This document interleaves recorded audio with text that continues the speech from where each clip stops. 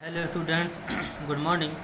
जैसा कि आप देख रहे हैं, कल हमने आपको पढ़ाया था न्यूक्लिक एसिड। ठीक है, तो न्यूक्लिक अम्ल आपने पढ़ा था। तो न्यूक्लिक अम्ल के बारे में आपने जो स्टडी की थी, जो न्यूक्लिक अम्ल होता है आपका दो प्रकार का होता है, एक तो आपका डीएनए और एक आपका RNA.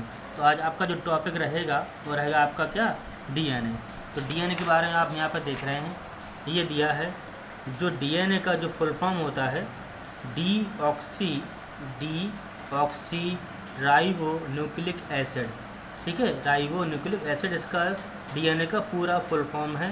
D oxy ribo nucleic अम्ल, हिंदी में अम्ल बोलते हैं, इंग्लिश में एसिड बोलते हैं। इसके बारे में आपको क्या करना है, पढ़ना है।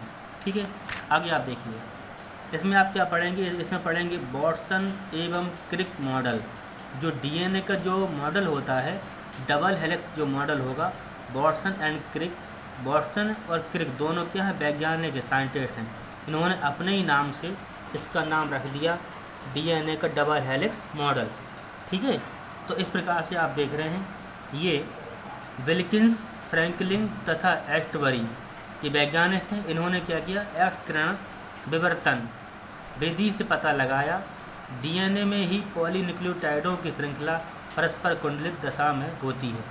ठीक है, अब यहाँ से देखना, सन 1953 में जी.डी. वाटसन एवं एफ.एच.सी. क्रिक ने डीएनए के अवयवों को क्रम में व्यवस्थित करके डीएनए के अणु का एक द्विकुंडलित प्रतिरूप बनाया, डबल हेलिक्स मॉडल बनाया। हिंदी बोलते द्विकुंडलित प्रतिरूप।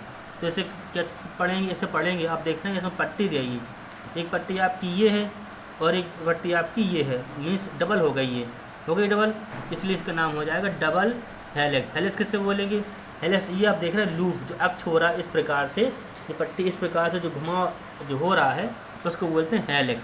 मॉडल ये पूरे डीएनए को बोलेंगे मॉडल। ठीक है, आपका जो डीएनए है इसे क्या बोलेंगे, मॉडल बोलेंगे।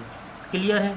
और इनको वैज्ञानिक को 1962 में पुरस्कार मिला था, कौन सा, नोबेल पुरस्कार से सम्मानित किया गया था।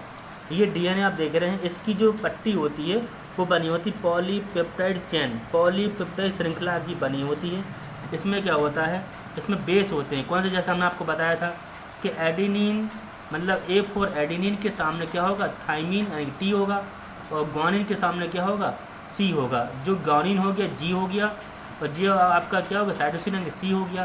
तो ए और टी के बीच में डबल बॉन्ड होगा। ठीक है, और जी और सी के बीच में क्या होगा, ट्रिपल बॉन्ड होगा। इस प्रकार से पूरे डीएनए के उस क्रम में व्यवस्थित रूप से लगे रहते हैं। अगर ए होगा तो टी होगा, तो ठीक है, और अगर टी होगा तो क्या होगा, ए होगा, लेकिन डबल बॉन्ड होंगे। अगर जी होगा तो सी होगा, तो कौन सा बॉन्ड होगा, ट्रिपल बॉन्ड होगा। और अगर सी होगा तो क्या होगा, जी होगा, यानी कि ट्रिपल बॉन्ड होंगे। इन बॉन्ड का नाम होता है हाइड्रोजन बॉन्ड। आपस में ये हाइड्रोजन बॉन्ड से जुड़े होते हैं। ठीक है, अब आप देख रहे हैं ये जो डीएनए की जो लूप है, जो घुमावदार है, ये 20 एंगस्ट्रॉन 20 एंगस्ट्रॉन के अंतराल तक ये चक्कर लगाते हैं, घूमते हैं। इसके वहाँ नहीं जाएंगे, अगर ये जाएंगे भी तो इसका मतलब जो आपका ये पट्टी देख रहे हैं बीच में डली हुई है, ये 10 एंगस्ट्रॉन तक अंतराल में रहती है। तो इसके चारों ओर ये पट्टियाँ इस प्रकार से घूमती हैं, चक्कर लगाती हैं। ठीक है, इस प्रकार से डीएनए बनता चला जाता है।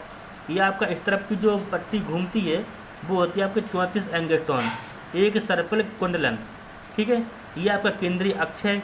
और आप देख रहे हैं इस प्रकार से इसमें ये लघु अक्ष खाँच कहलाती है, ये 6 एंगस्ट्रॉन होती है। ये दीर्घ बड़ी खाँच कहलाती है, ये 12 एंगस्ट्रॉन होती है। इसमें आप देख रहे हैं G triple bond C, T double bond A, इस प्रकार से पूरे डीएनए में व्यवस्थित रूप से डले रहते हैं, बने रहते हैं। ठीक है, आपने देखा इस प्रकार से क्या होगा, डीएनए का जो डबल हेलिक्स मॉडल है इस प्रकार से ये क्या होता, बना रहता है।